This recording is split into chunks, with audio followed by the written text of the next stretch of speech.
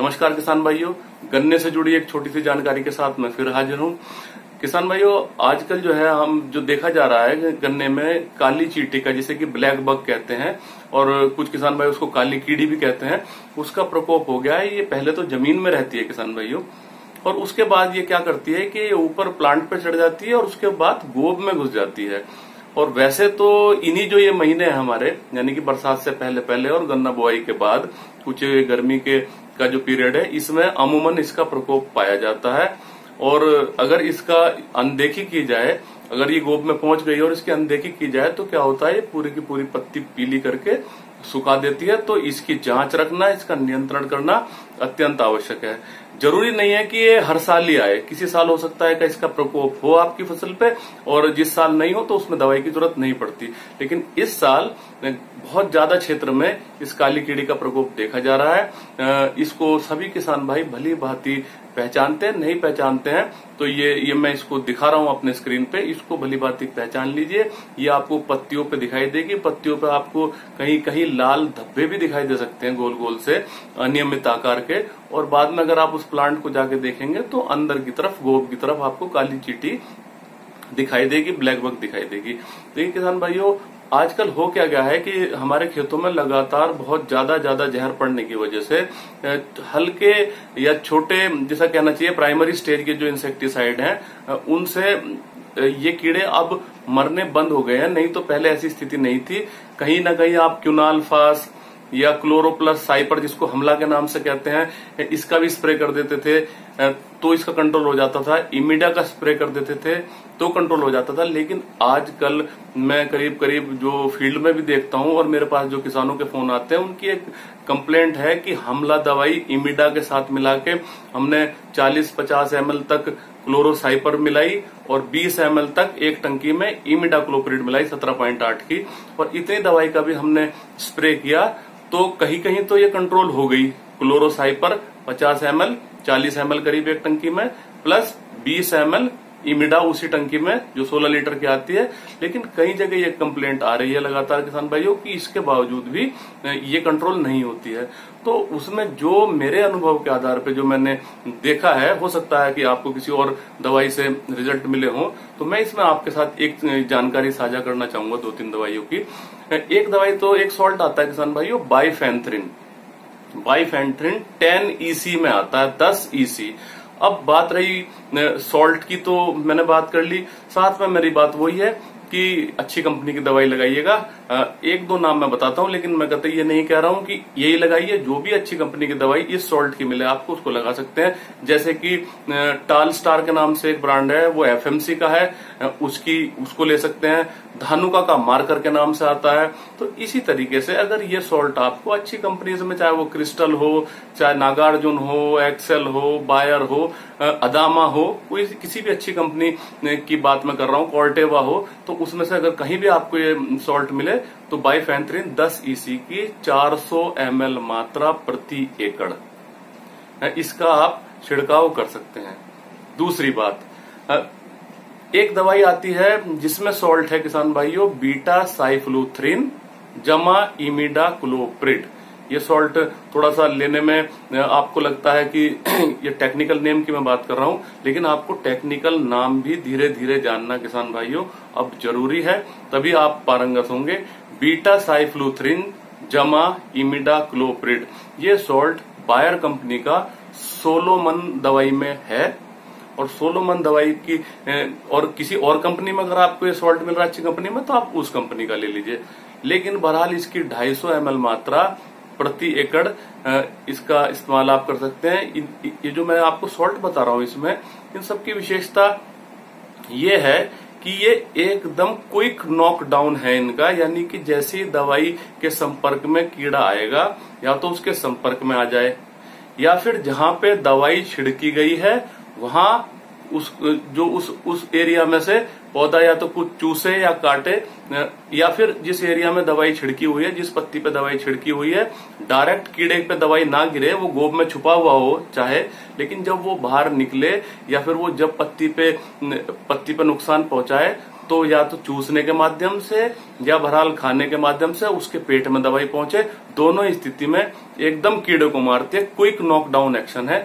Solomon भी बहुत अच्छी दवाई है। इसकी बात करूं कि कांटेक्ट और स्टमक यानी कि पेट में पहुंच के मारने वाला बहुत अच्छा कीटनाशक है। तो इन दोनों कीटनाशक की मैंने बात कही। तीसरा एक और विकल्प है जो ज्यादा महंगा भी नहीं है किसान भाइयों, एक दवाई आती है जिसमें लैम्डासाइहेलोथ्रिन है और साथ में थायोमेथोक्साम है। तो ये जो सॉल्ट आता है ये हमारा सिंजेंटा कंपनी की दवाई एलिका में है। और यही सॉल्ट अगर आपको किसी और अच्छी कंपनी की दवाई में मिलता है तो वो भी ले सकते हैं। बहरहाल सॉल्ट पे ध्यान दीजिए, लैम्डासाइहेलोथ्रिन और थायोमेथोक्साम है। ये जो एलिका दवाई है ये करीब करीब 200 ml मात्रा प्रति एकड़ आप गन्ने में इसका छिड़काव कर सकते हैं। तो मैंने आपको ये 3-4 विकल्प गन्ने में काली चींटी के नियंत्रण के लिए बताए, लेकिन फिर भी दिक्कत आ रही है किसान भाइयों।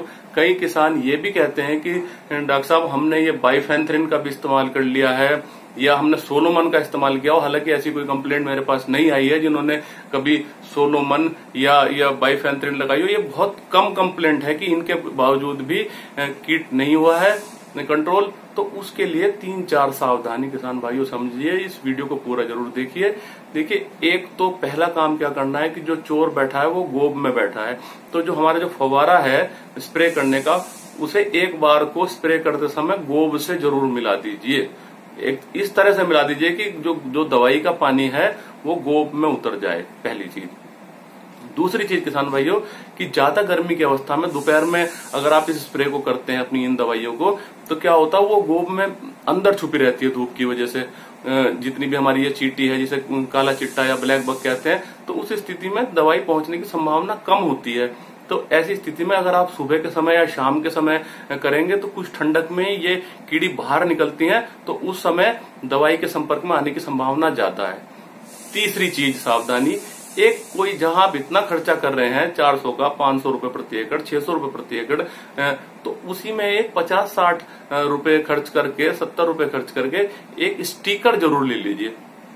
स्टिकर सिलिकॉन बेस्ड बाजार में मिलते हैं। स्टिकर मैंने पहले भी जिक्र करा है अपने कई वीडियोस में कि उनको आप इस अपने घोल में जरूर मिलाइए। जो हमारे दुकानदार भाई हैं वो आपको बता देंगे कि ये जो स्टिकर है, क्योंकि अलग अलग आते हैं, यहाँ मैं उस स्टिकर की एक रिकमेंडेशन नहीं बता सकता आपको कि एक टंकी में कितना मिलेगा, क्योंकि वो अलग अलग कंपनी अलग अलग तरीके से उसकी डोज निर्धारित करती है स्टिकर की। बहरहाल वो चिपकाने की दवा होती है, जो दवाई आप डाल रहे हैं वो पत्तियों पे चिपकी रहे।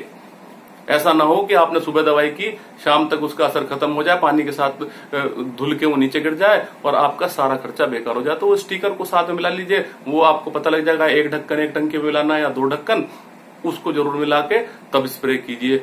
ये भी बहुत जरूरी है किसान भाइयों।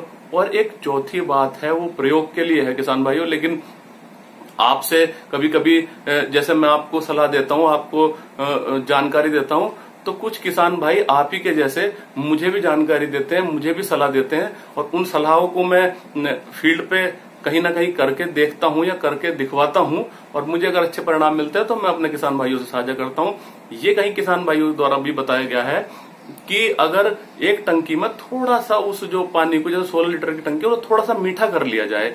जैसे मिसाल के तौर पर थोड़ा सा गुड़, 50 से 100 ग्राम गुड़ जो है घोल के उस टंकी में मिला लिया जाए, या 100 ग्राम चीनी मिला ली जाए। इन दवाइयों को उसके साथ मिला के स्प्रे किया जाए, तो कहीं ना कहीं जो मिठास होती है, हल्की सी मिठास होती है, वो पत्तियों पे आ जाती है, और उसके लालच में ये चींटियां निकल के बाहर आती हैं, और निकल के बाहर आती है तो पत्तियों पे स्टिकर द्वारा चिपकी हुई दवाई रहती है, और उसके संपर्क में आने से या उस पौधे के उस भाग को खाने पे जहां पे वो जो है चींटी, जहां पे वो दवाई गिरी हुई है, डली हुई है, तो पत्तियों के माध्यम से, चाहे चूसने के माध्यम से हो चाहे काटने के माध्यम से हो, वो कीड़े के पेट में, उदर में, स्टमक में दवाई चली जाती है, और इससे अच्छे रिजल्ट हमको मिलते हैं। तो किसान भाइयों, मैंने आपको ये जानकारी देनी थी आज ब्लैक बग के बारे में।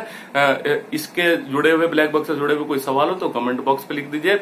किसान भाइयों, लगातार इस चैनल को सब्सक्राइब करे रहें। मैं आपसे ये जानकारी शेयर करना चाहूंगा कि लॉकडाउन के दौरान मुझे बहुत समय मिल रहा था, तो मैंने पूरा प्रयास करा, लेकिन अब भी किसी न किसी माध्यम से मैं लगातार आपकी जो समस्या है, जो मैं फील्ड में देखता हूँ, उनके जो हल हैं वो आप तक पहुंचाने का प्रयास लगातार करता रहूंगा। मेरे फेसबुक पेज से भी जरूर जुड़ जाइए किसान भाइयों, क्योंकि मैं अगर अब वीडियो कम डाल पाऊंगा थोड़ा सा व्यस्तता की वजह से, तो मैं जरूर संडे को एक खेती चर्चा के माध्यम से, जो मैंने पिछले हफ्ते भी की थी लेकिन ज्यादा किसान भाई उससे नहीं जुड़ सके, तो मैं आग्रह करूंगा फेसबुक जो मेरा पेज है खेती सलाह डॉक्टर आशीष त्यागी से जुड़ जाए, और उस पे हर बार प्रयास रहेगा हर इतवार को, हर संडे को दोपहर 1 बजे करीब, कि मैं आपसे कुछ रूबरू हूं, जिससे कि जो हफ्ते भर के कुछ सवाल हैं उनके कुछ जवाब में मिल जाए और आपकी और मेरी चर्चा भी हो जाए। जिन लोगों ने अभी तक, जिन किसान भाइयों ने अभी तक इस चैनल को सब्सक्राइब नहीं किया है, तो लाल बटन जो आप देख रहे हैं सब्सक्राइब का, उसे दबा दें